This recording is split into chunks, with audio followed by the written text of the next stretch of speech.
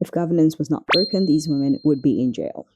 In May 2024, a live stream on Twitch involving Nina Lynn, known online as Nina Daddy is Back, and fellow streamer Zoe Spencer went viral for all the wrong reasons. During the stream, Lynn and Spencer allegedly restrained Saeed, the assistant to FaZe Silky, without his consent. Oh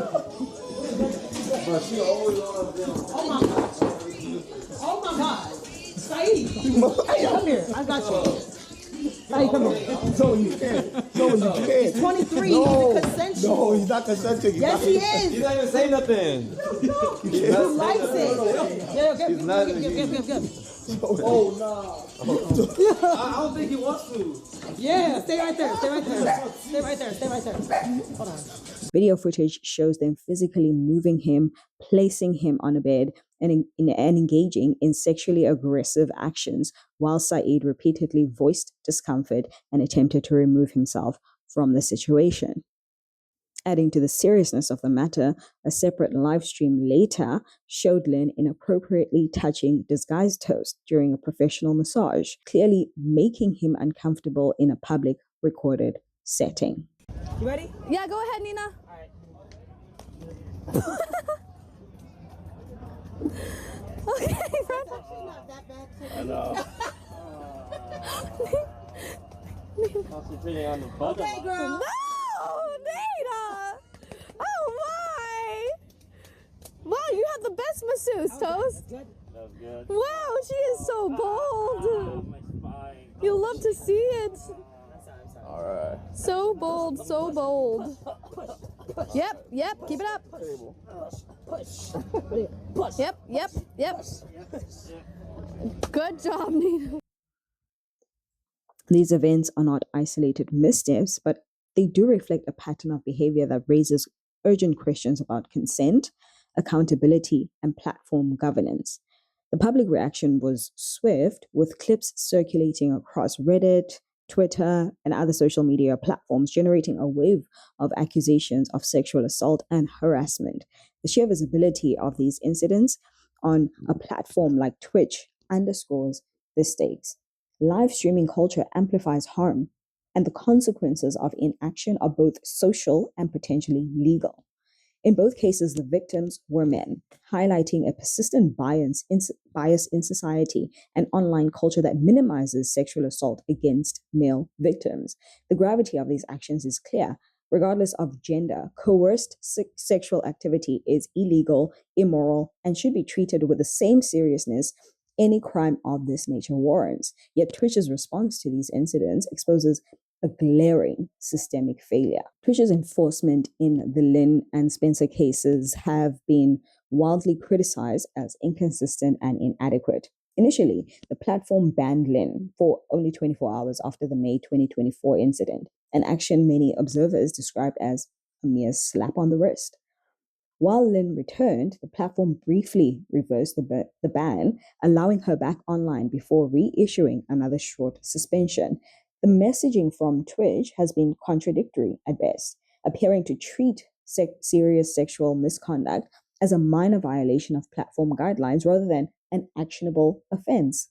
This inconsistency undermines trust in Twitch as a self-regulating environment and sets a dangerous precedent.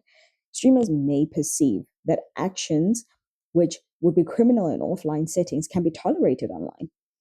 Social media reactions intensified the pressure on the platform, with prominent streamers like Asmin Gold, Penguin Zero, and XQC publicly condemning the gender-based double standards and lack of decisive action.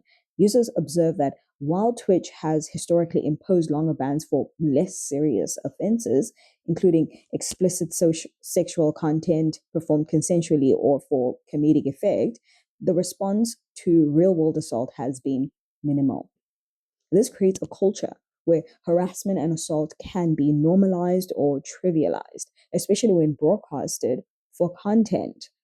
The governance structure of Twitch appears incapable of consistently protecting victims or enforcing standards that match legal and ethical expectations.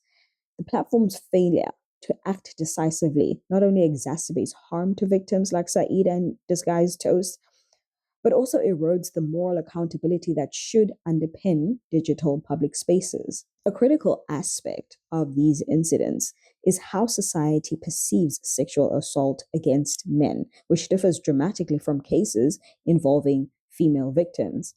The Lynn and Spencer incidents expose the persistent myth that men cannot be genuinely assaulted by women or that their discomfort is somehow less serious because of gender stereotypes.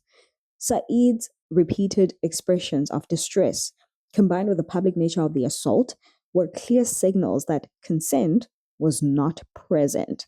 Yet many online commentators minimize this severity, framing it as a joke or Twitch content rather than criminal behavior.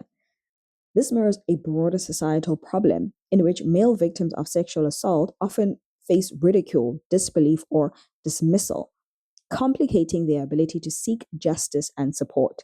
Legal precedents such as the US Supreme Court ruling in Onkale versus Sundowner Offshore Services establishes that sexual harassment and assault are actionable regardless of the gender of the victim or perpetrator. Applying this principle to Twitch, the platform's weak disciplinary measures directly contradict societal and legal standards. Sexual assault does not become less serious because it occurs online or is captured on a live broadcast, nor is it mitigated by the gender of the individuals involved.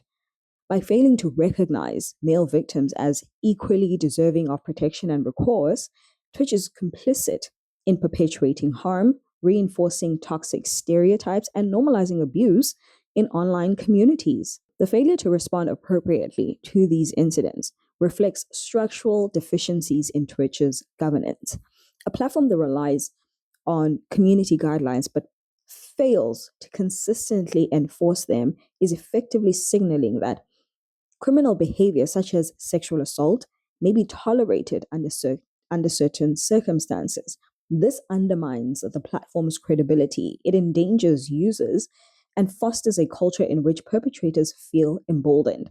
Beyond the immediate consequences for victims, the broader Twitch community suffers as trust erodes and as content creation standards continue to degrade. Live streaming platforms are unique in that real time audiences witness both the harm and the reaction, or in this case, the lack thereof, creating a digital record of both misconduct and therefore inaction. The short, inconsistent suspensions for Lynn suggest that Twitch prioritizes expedient content restoration over moral or legal responsibility. Furthermore, Twitch's governance mechanisms lack transparency, leaving the public and affected individuals unclear about the criteria for disciplinary action. If Twitch genuinely aims to protect its users and cultivate a safe community, it must institute enforceable policies that reflect legal realities, consistently punishing violations, and explicitly recognize the seriousness of sexual assault in all forms.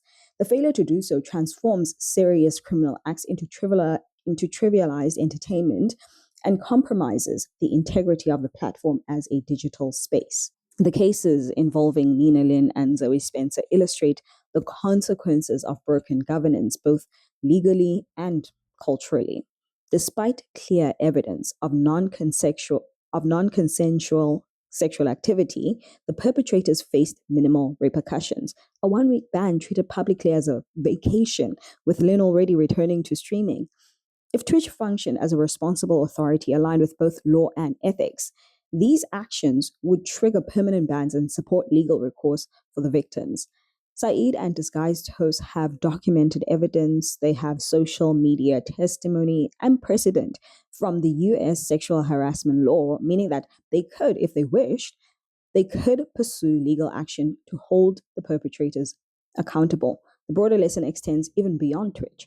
Platforms with significant cultural influence must operate with consistent enforcement, protecting victims and reinforcing that unlawful behavior is not acceptable, even when framed as entertainment.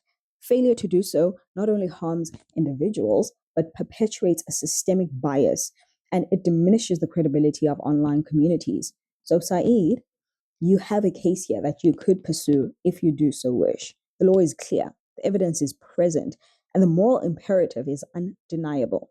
Broken governance has allowed this assault to be treated lightly, but accountability still remains possible and justice can still be pursued. It is still sexual assault, and I can't believe we are still having this conversation about like sexual assault against men not being taken seriously. It's not a unicorn. It's not make-believe. This isn't the fucking tooth fairy we're talking about. It is a real thing, and there are male victims of sexual assault. Like, I can't believe that even needs to be said. But I guess Twitch needs a reminder that it is a crime. Like, anyone who is a victim of sexual assault is the victim of a crime. I did want it to, like, them being banned is not really anything to me, because at the end of the day, like, sexual assault is a crime.